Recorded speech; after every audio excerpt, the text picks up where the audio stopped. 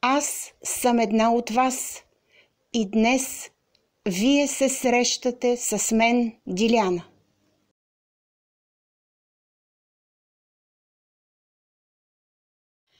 Здравейте, приятели! Преди да продължа днес с следващата тема, по която ще говоря, искам да се обърна към вас и да ви благодаря от сърце и от цялата си душа за това, че вие подкрепяте моя канал в YouTube, че лайквате видеята, че ги споделяте, че пишете коментари, от които аз разбирам, че съм разбрана в онова, за което ви разказвам.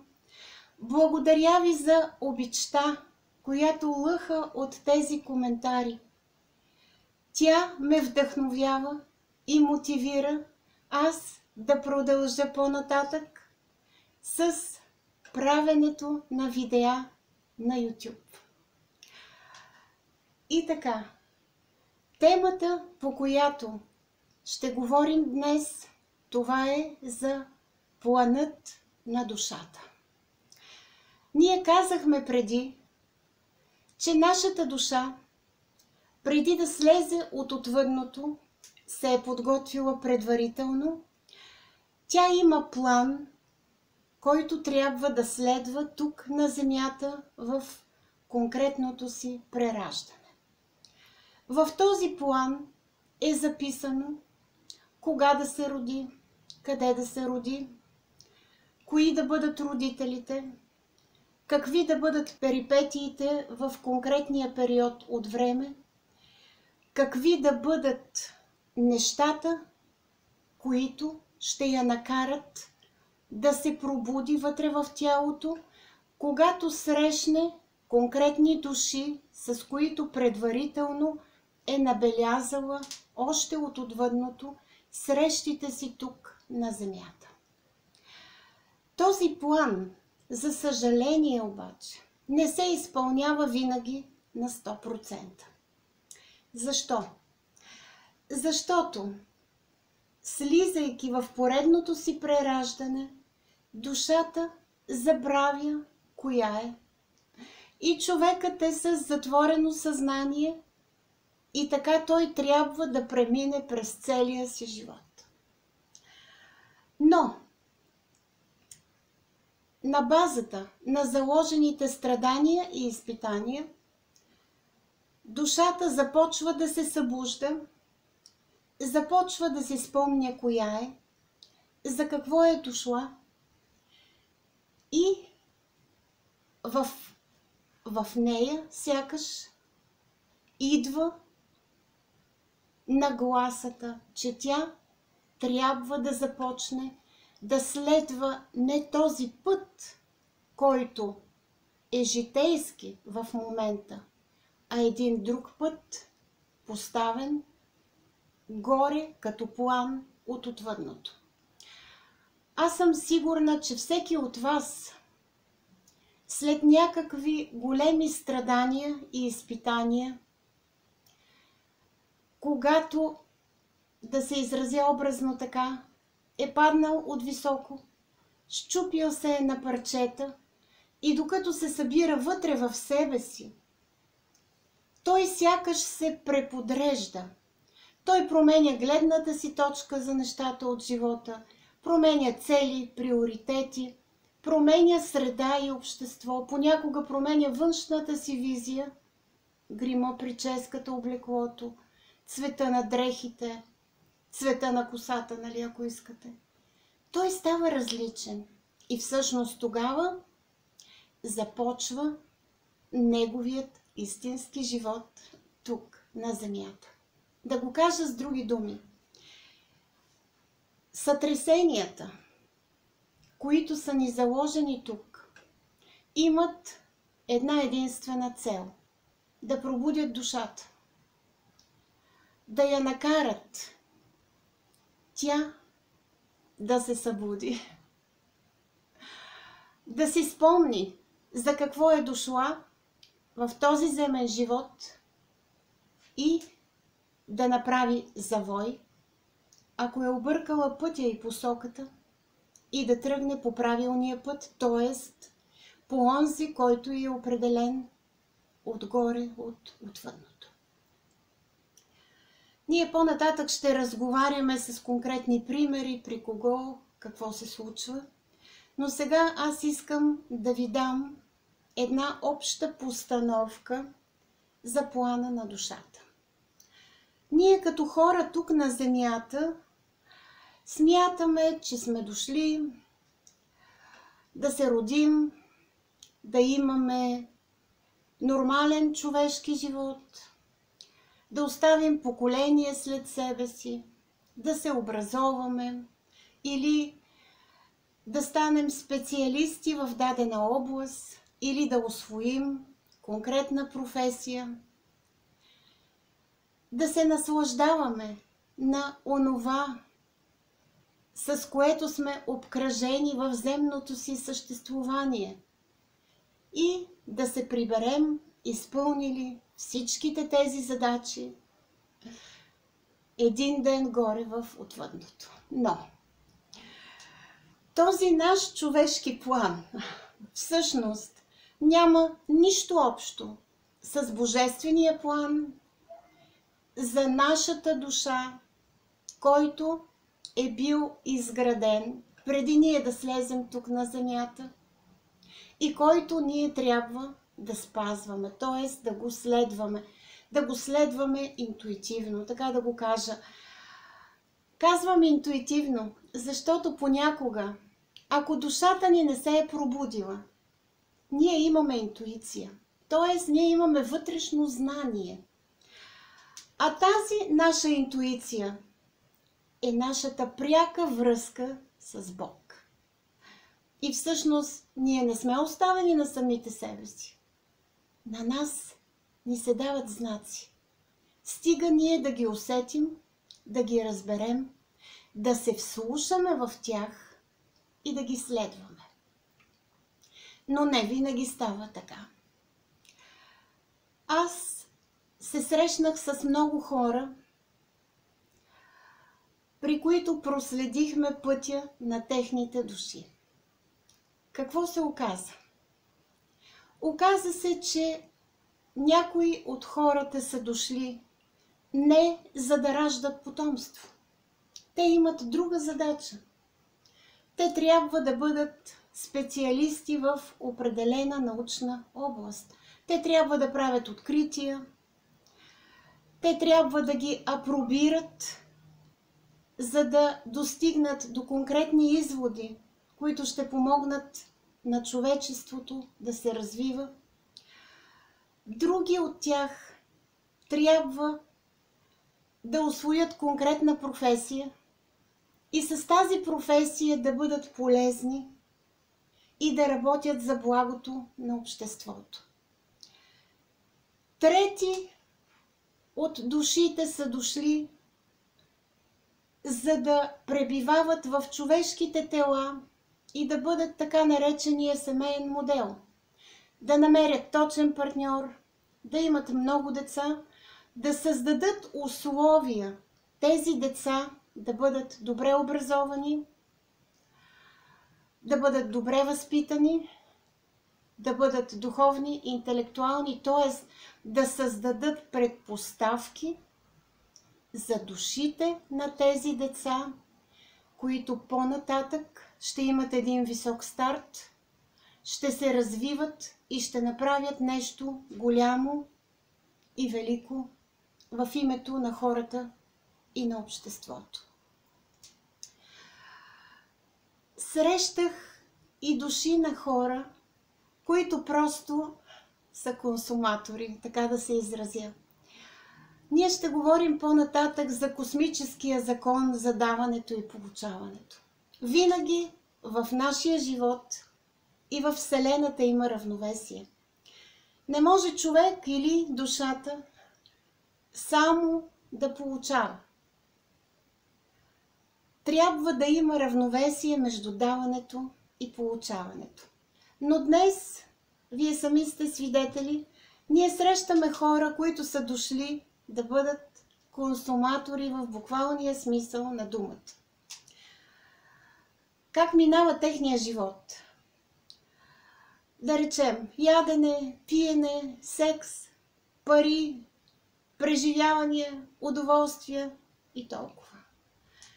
И когато душата на този човек се прибере горе в отвъдното и се погледне нейния план какъв е бил и тя какво е направила от него, се установява, че в този земен живот човекът, освен да консумира земните блага и радости, не е постигнал абсолютно нищо. И ако да речем той е бил на по-високо ниво преди, след като е разгледано поредното му прераждане, той бива върнат на по-ниско ниво от това, на което е бил. И всъщност на него му се оказва, че трябва отново да повтори този земен живот.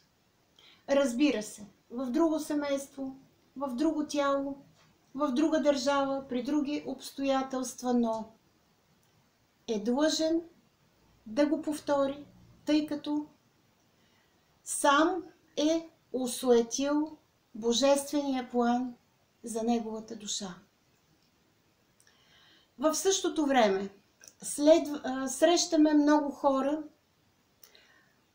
които не само не са духовни, не само са безкрайно материални, но те сякаш не се интересуват от нищо друго, освен от материалното.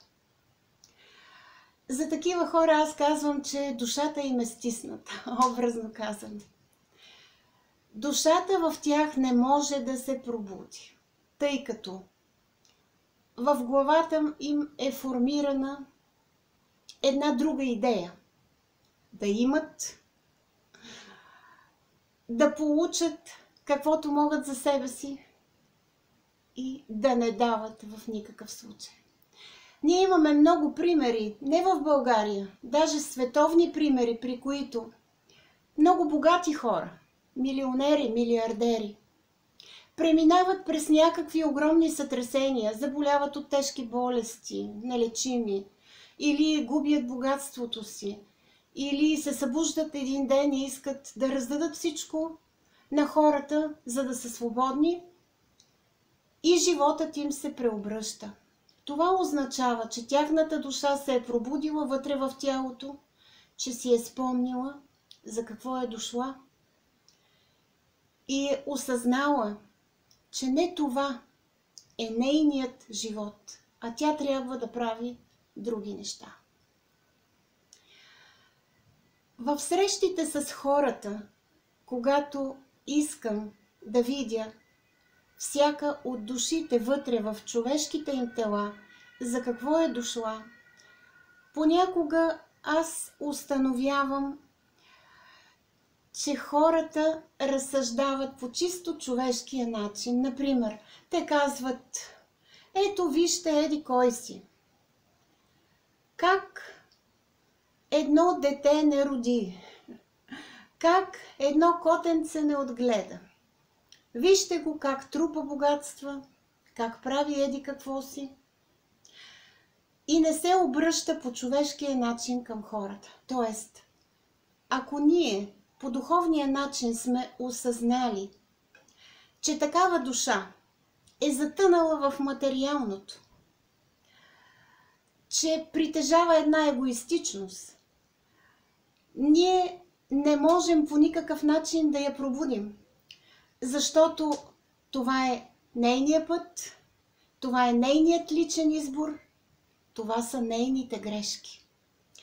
Като хора, и аз като виждаща, ние нямаме право да поемаме чужди борби върху себе си. Тоест, много пъти ние се опитваме на най-близките си хора, или на приятелите си, или на децата си, или на партньорите си, или на родителите си нещо да внушим. Нещо да ги накараме да направят. Ние нямаме право да правим подобни неща. да задължаваме хората да постъпват по начина, по който ние сме решили, че е правилен. Те имат свободна воля, те имат личен избор и ако не искат да се променят, нещо отгоре, образно казано, ги чуква и те падат от високо, преминават през страдания, през изпитания, стигат до някакви изводи и се променят. Не винаги обаче някои от тези хора се променят. Понякога те падат, стават и продължават в същата посока. Не я сменят до края на живота си. Но пак казвам, ние нямаме право да виним никого. Всеки сам отговаря за себе си.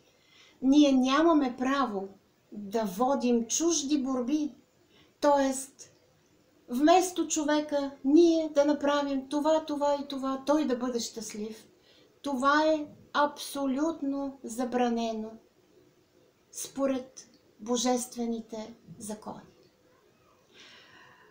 Защо говоря за всичките тези неща? Защото ние като хора осъждаме понякога другите хора.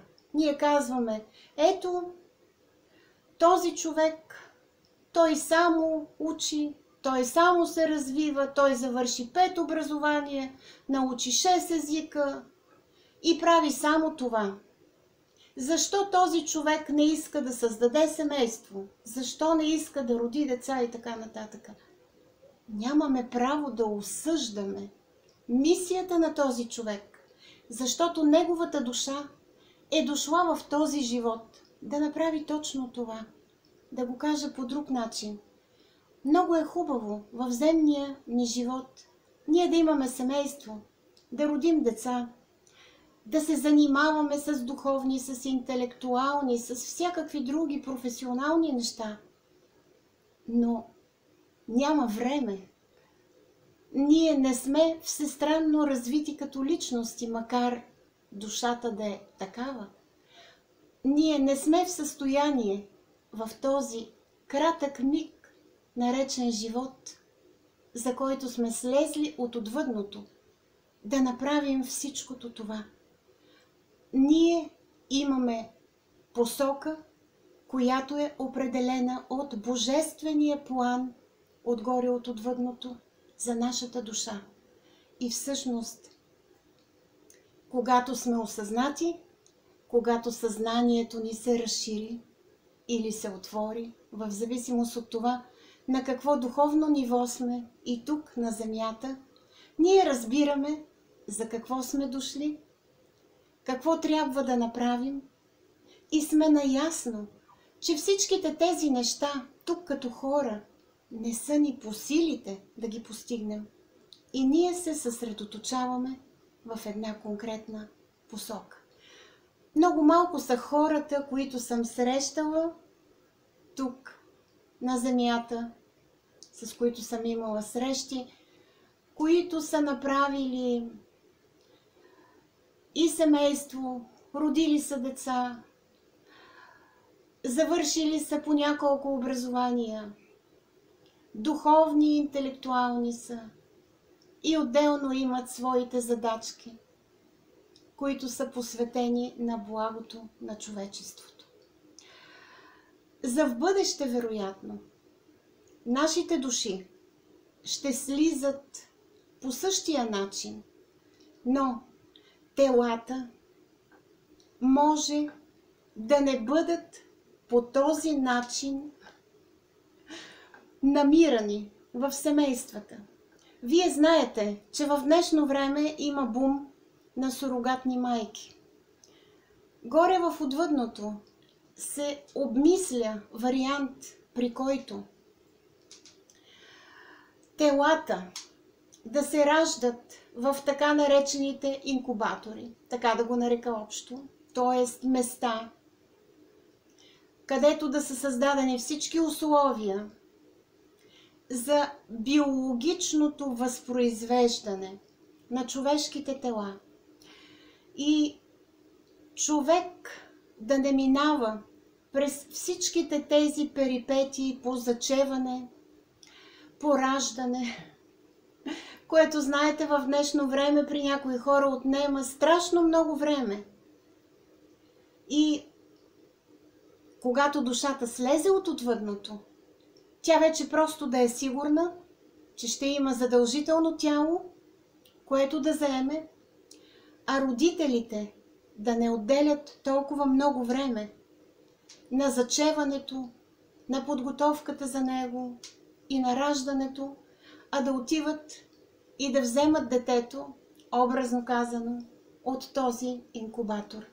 По този начин, когато се избегне в организма на конкретната жена този вид зачеване с конкретния партньор, биологичното тяло или нашия гостоприемник, човешкото тяло, ще бъде много по-устойчиво, ще бъде много по-бързо и лесно получавано в земни условия и ще има достатъчно тела за душите, които искат да се преродят в поредния земен живот, за да могат да довършат пътя на душата, защото всяко едно прераждане е част от общия път на душата ни.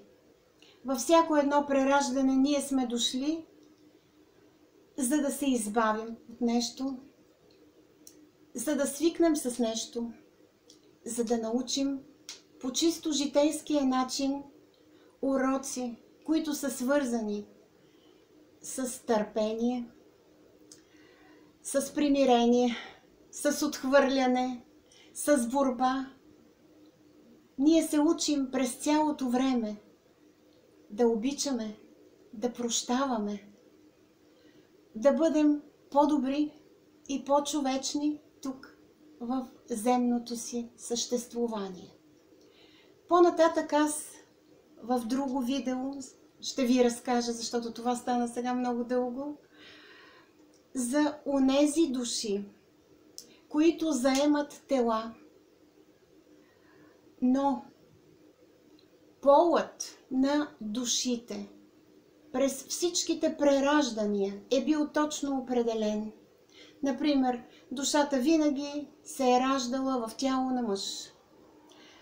И в настоящия земен живот тя не може да възприеме това тяло и иска да смени пола си. Но пак казвам, това е тема на друго, по-обширно видео, в което аз ще се спра за душите, които искат да сменят пола на човешките си тела. Благодаря ви, че днес бяхте с мен. Надявам се, казаното от мен да ви е било интересно. Казвам довиждане, до скоро, до следващото видео, защото то действително ще бъде много скоро.